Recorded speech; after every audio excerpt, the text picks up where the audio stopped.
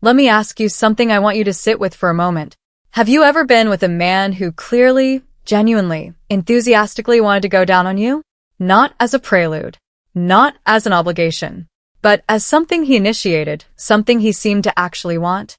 And somewhere in the middle of it, instead of being present, instead of allowing yourself to feel what your body was capable of feeling, your mind went somewhere else entirely. Does he actually enjoy this? Does something feel off to him? Is he doing this because he thinks he has to? Should I stop him? If that is you, you are not alone. I hear this from women constantly. Educated women, confident women, women who have no trouble advocating for themselves in every other area of their lives, who completely disappear from their own pleasure the moment someone tries to give it to them. And tonight, I want to change that. Not with reassurance, with science, with psychology, with the actual truth about what is happening in his brain, in his body, and in his emotional experience when he is with you in that way. Because the truth is so much more beautiful than the story your insecurity has been telling you. The thing that is actually happening in his brain. Let's start here because this is where most conversations about this topic never go. And it is the most important place to begin. When a man goes down on his partner, something specific happens neurologically. His brain releases a cascade of chemicals that most people associate with receiving pleasure, not giving it. The first is dopamine. This is your brain's reward chemical.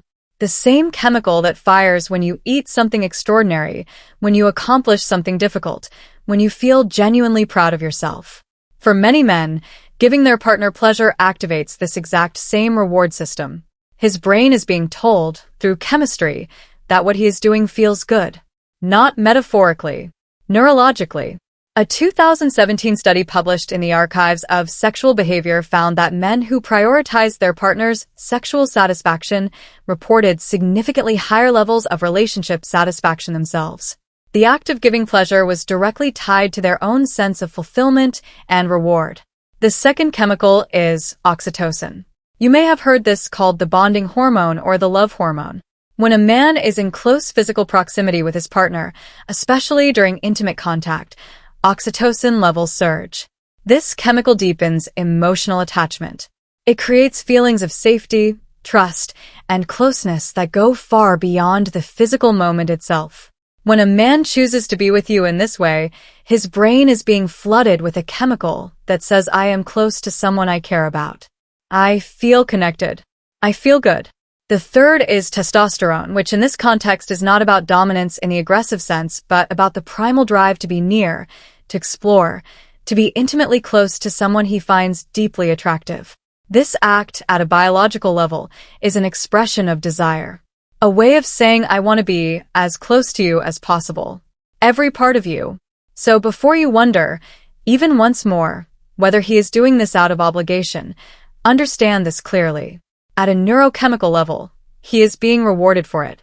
His brain is designed to find it pleasurable. You are not asking him to do something he endures. You are giving him the opportunity to do something his biology rewards him for. The psychology behind why he wants this. Biology explains the mechanics. Psychology explains the meaning. The first psychological reason is this. He feels powerful when he pleasures you. I know that might sound unexpected, but for many men, sexual confidence is deeply connected to their ability to create pleasure in their partner. When he sees, hears, or physically senses that you are responding because of him, it activates something psychologists call erotic generosity. This is a genuine psychological trait found most commonly in emotionally mature, securely attached partners. Men who practice erotic generosity do not just care about their own experience. They derive deep satisfaction from yours. And oral intimacy offers the most direct, unfiltered version of that feedback. No barriers, no distance. Just him and your response. For a man who is emotionally invested in you, that feedback loop is intensely meaningful. Your pleasure is not separate from his. It is part of it. The second reason is that this is an act of trust and he knows it. Think about what this moment actually requires. You are allowing someone to be in the most private, vulnerable space of your body. And he is offering you something equally personal. His time, his attention, his desire, his complete focus on you. For emotionally healthy men, this exchange of vulnerability means something. Relationship researchers who study attachment theory consistently find that men who initiate and genuinely enjoy giving oral pleasure to their partners tend to score higher on measures of emotional intimacy and secure attachment. A man who loves to be with you this way is, very often, a man who loves to be close to you, not just physically, emotionally. The third reason is simpler than you might expect. He is wired to want to know you. Human sexuality is deeply tied to exploration and discovery. And there is no more intimate form of discovery than this. For many men, this act satisfies a genuine psychological need to understand their partner, to learn what makes her respond, what makes her come alive. He is not approaching your body as a task. He is approaching it as something worthy of attention, of care, of time. And that is not obligation. That is reverence. The fourth reason is the most straightforward. Your pleasure turns him on. There is a concept in psychology called erotic mirroring, the idea that we are aroused by the arousal of our partner. When he is giving you pleasure and he can see your response, his own desire intensifies. Your pleasure feeds his desire, and his desire feeds your pleasure. It becomes a cycle, a loop, a shared experience that has very little to do with performance and everything to do with genuine connection. He is not doing this only for you. He is doing it because your pleasure is part of his pleasure. That is one of the most important truths about genuine intimacy between two people. The insecurity that is getting in your way. Now, I want to talk about what I hear most often from women, because everything I just told you only matters if you are actually present enough to receive it. Most women who struggle with this are not struggling because their partner is doing something wrong. They are struggling because their own mind is louder than their body. The thoughts go something like this. Does something feel off to him? Does he think I look strange? Is he actually enjoying this or just being polite? Should I stop him? Maybe I should just move on. And while those thoughts are running, the body is not experiencing pleasure. It is experiencing anxiety. And here is what anxiety does physiologically. It activates your sympathetic nervous system. Blood flow decreases to the pelvic region. Muscle tension increases. Lubrication decreases. Your body, in other words, starts working directly against your own pleasure. The insecurity you feel about his experience is literally preventing you from having one yourself. There is a clinical measure called genital self-image, and research consistently shows it is one of the strongest predictors of sexual satisfaction in women. Women with positive genital self-image experience more pleasure, more orgasms, and more fulfilling intimate relationships. And here is what the research also shows. Most women significantly and consistently overestimate how unusual or imperfect their bodies are. The reality is that there is enormous natural variation in female anatomy. Everything is different. Everything is normal. The partner who loves you is not seeing what your insecurity tells you he is seeing. He is seeing someone he desires, someone he trusts, someone he wants to be close to. I also want to address the worry about natural scent directly because this is something I hear constantly. A healthy body has a natural scent, and that scent is not something to apologize for. Research in evolutionary biology suggests that men are literally biologically drawn to the natural scent of a woman they are attracted to. Pheromones, chemical signals present in natural secretions, are powerful biological attractants. They signal health. They trigger arousal. If something feels off medically, that is a conversation to have with your doctor. Conditions like bacterial vaginosis are common, treatable, and nothing to be ashamed of. But a natural, healthy scent is not a problem. For many men, it is deeply arousing. Your body is working exactly as it is designed to work. Please stop going to war with your own biology. What the science says about your pleasure. I cannot have this conversation without addressing something that every woman deserves to know clearly. Approximately 70 to 80% of women cannot reach orgasm through penetrative sex alone. This is not a problem. This is not a dysfunction. This is anatomy. The primary organ of female sexual pleasure, the clitoris, contains approximately 8,000 nerve endings, more than any other part of the human body. The majority of those nerve endings are external, which means they are not directly stimulated during penetrative sex for most women. What does stimulate them? Oral intimacy. Direct clitoral stimulation. Research from the Journal of Sex Research found that women were significantly more likely to experience orgasm during encounters that included oral sex compared to those that did not. In some studies, women who received oral stimulation were twice as likely to reach orgasm. This means that when a man goes down on you, he is not just being generous or romantic in some abstract sense. He is literally offering your body the most reliable pathway to the pleasure it is capable of experiencing. The men who understand this do not treat oral intimacy as a prelude or a bonus. They treat it as something central, something that matters, something worth time and attention and care.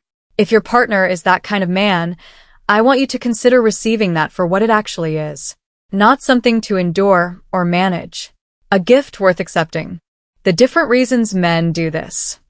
Not every man approaches intimacy the same way, and understanding the different motivations can help you understand your specific partner more clearly.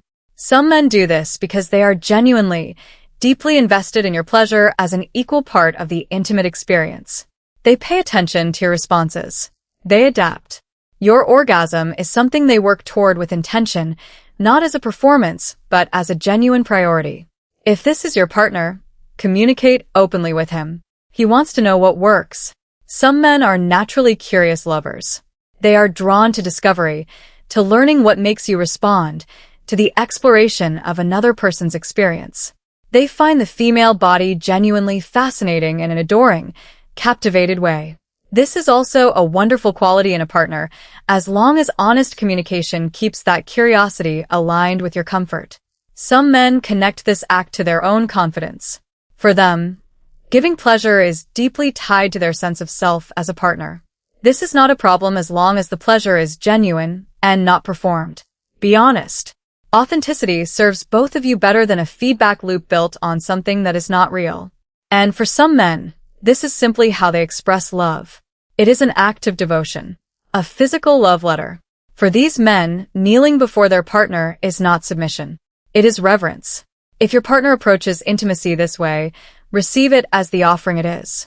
How to actually be present. All of this is useful intellectually, but knowing something and actually living it in a moment of vulnerability are two very different things. So, let me give you something practical. Before you can receive pleasure, you need to get out of your own head.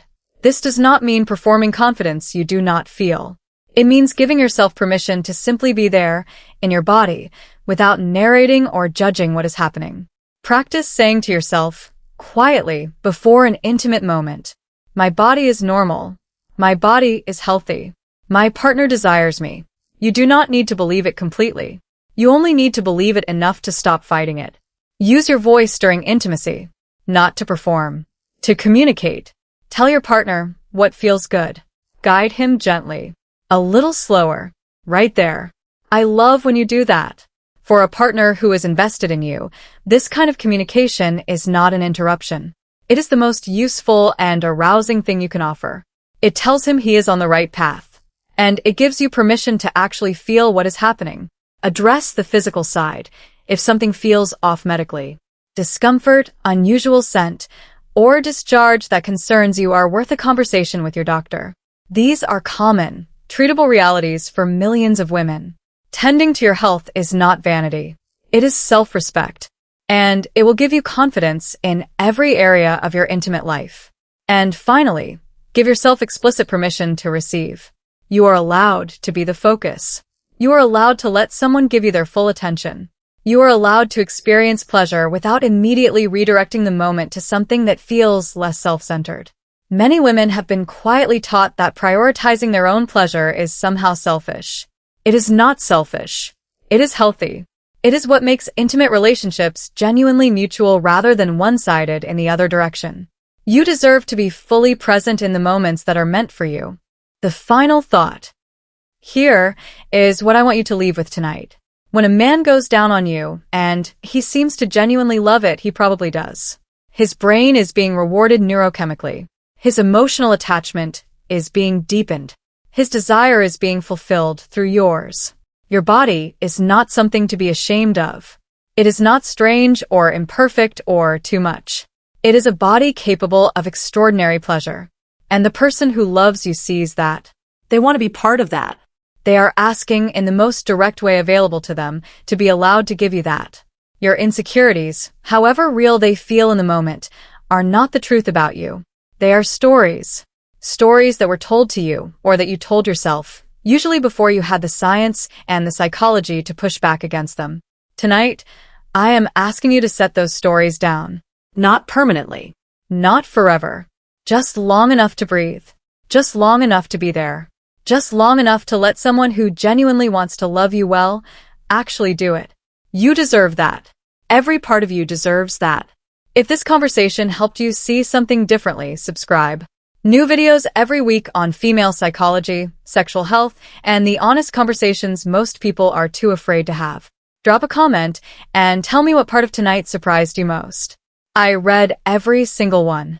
Until next time. Trust your body. Trust his desire. And give yourself permission to receive what you deserve.